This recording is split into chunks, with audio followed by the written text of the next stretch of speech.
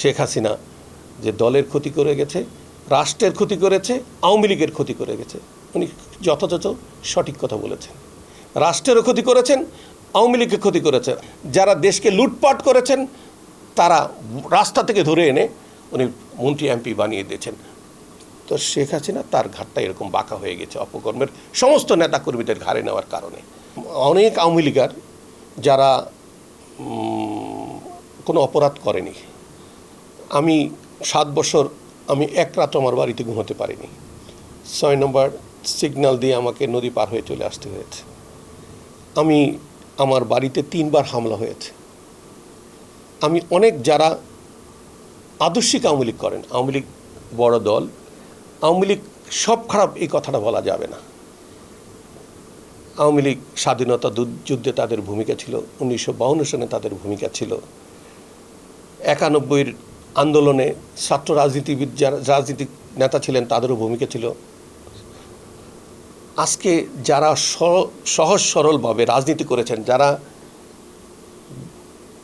শেখ মুজিবুর রহমান সাহেবের আওয়ামী লীগ করেছেন, যারা আদর্শিক রাজনীতি করেছেন আওয়ামী লীগ, তারা অনেকেই যোগাযোগ করার চেষ্টা করেছেন।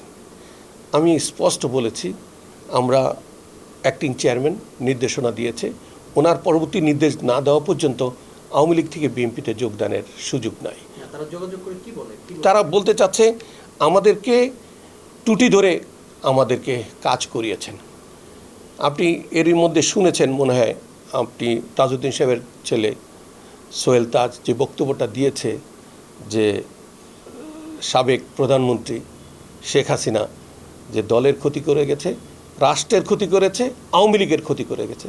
উনি যথাযথ সঠিক কথা বলেছেন। রাষ্ট্রেরও ক্ষতি করেছেন, আওয়ামী লীগের ক্ষতি করেছে। আমাকে একটু ছোট্ট 1 মিনিটের মধ্যে কথাটা শেষ করব। এনজিওর কিস্তি প্রথমবার বিকাশ পেমেন্ট করলেই 20 টাকা ইনস্ট্যান্ট ক্যাশব্যাক। আমি সৌদি আরবে গিয়েছি ওমরা করার জন্য। সেখানে আমাকে একটা হলে ঢুকালো, অনেক বড় হল। সেখানে আমি মনে করেছি এখানে তো সব বিএনপি। তো বললো যে ভাই দেশের কি অবস্থা, রাজনীতির কী অবস্থা একটু খুলে বলেন, আমরা একটু শুনতে চাই রাজনীতির দেশের অবস্থা কী হচ্ছে। আমি বললাম আমি এখানে রাজনীতি করতে আসি নাই, আমি উমরা করতে আসছি, আমি উমরা করে চলে যাবো, আর এর মধ্যে যদি কেউ আওয়ামী লীগ থাকো, আমি যদি কিছু বলি কষ্ট পাবা। তো বলে যে না আপনি বলেন। তাই বললাম ঠিক আছে, শুধু একটা কথা বলবো, দ্বিতীয় কোনো উত্তর দেবো না, আমাকে প্রশ্ন করবো না। তো বললো ঠিক আছে। আমি বললাম শেখ হাসিনার এই ঘাড়ের এইটা বাঁকা হয়ে গিয়েছে, আর বেগম খালেদা জিয়ার এইটা সোজা হয়ে আছে। তখন তো একজন আরেকজনের মুখের দিকে তাকাচ্ছে, বলছে এটার অর্থটা তো লিডার একটু জানা দরকার। আমি বললাম শেখ হাসিনা রাস্তার থেকে ধরে ভোটবিহীন এমপি মন্ত্রী বানিয়ে দিয়েছে, তারা শেখ হাসিনার মাথার উপর গাড়ির উপর দাঁড়িয়ে কোবাচ্ছে, আর বেগম খালেদা জিয়ার এটা সোজা আছে। তার কর্মীরা আন্দোলন করে জীবন দিয়েছে, কিন্তু আন্দোলন থেকে সরে দাঁড়ায় নেই। তার এমপিরা সাধারণ মানুষের ভোটের মাধ্যমে রাষ্ট্রীয় ক্ষমতায় গিয়েছিল, কোনো অপকর্ম করার সুযোগ দেন নেই, যার কারণে সে আপোষহীন।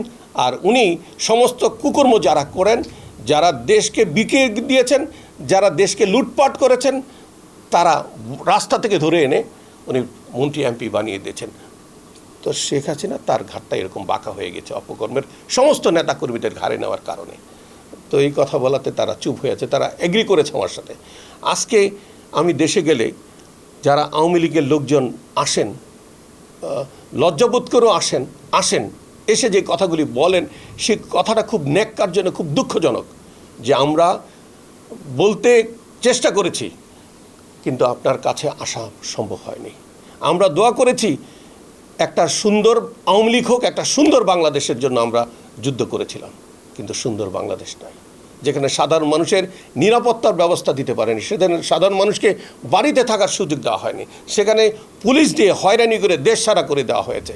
অনেক মহিলারা আছেন যারা গরিব, তাদের জায়গা নিয়ে গেছে। আমাদের দেশে অনেক লোক আছেন যারা মেয়ে বিয়ে দিতে গেছেন, 50,000 টাকা চাঁদা দিয়ে মেয়েকে বিয়ে দিতে হয়েছে। রায় যা দিয়েছেন ওইটাই মানতে হবে। 10 লাখ, 20 লাখ, 2 লাখ, 5 লাখ রায় দিয়েছেন, মানে একটা মগের মূল্য হয়ে গিয়েছে। রাষ্ট্র এভাবে চলতে পারে না।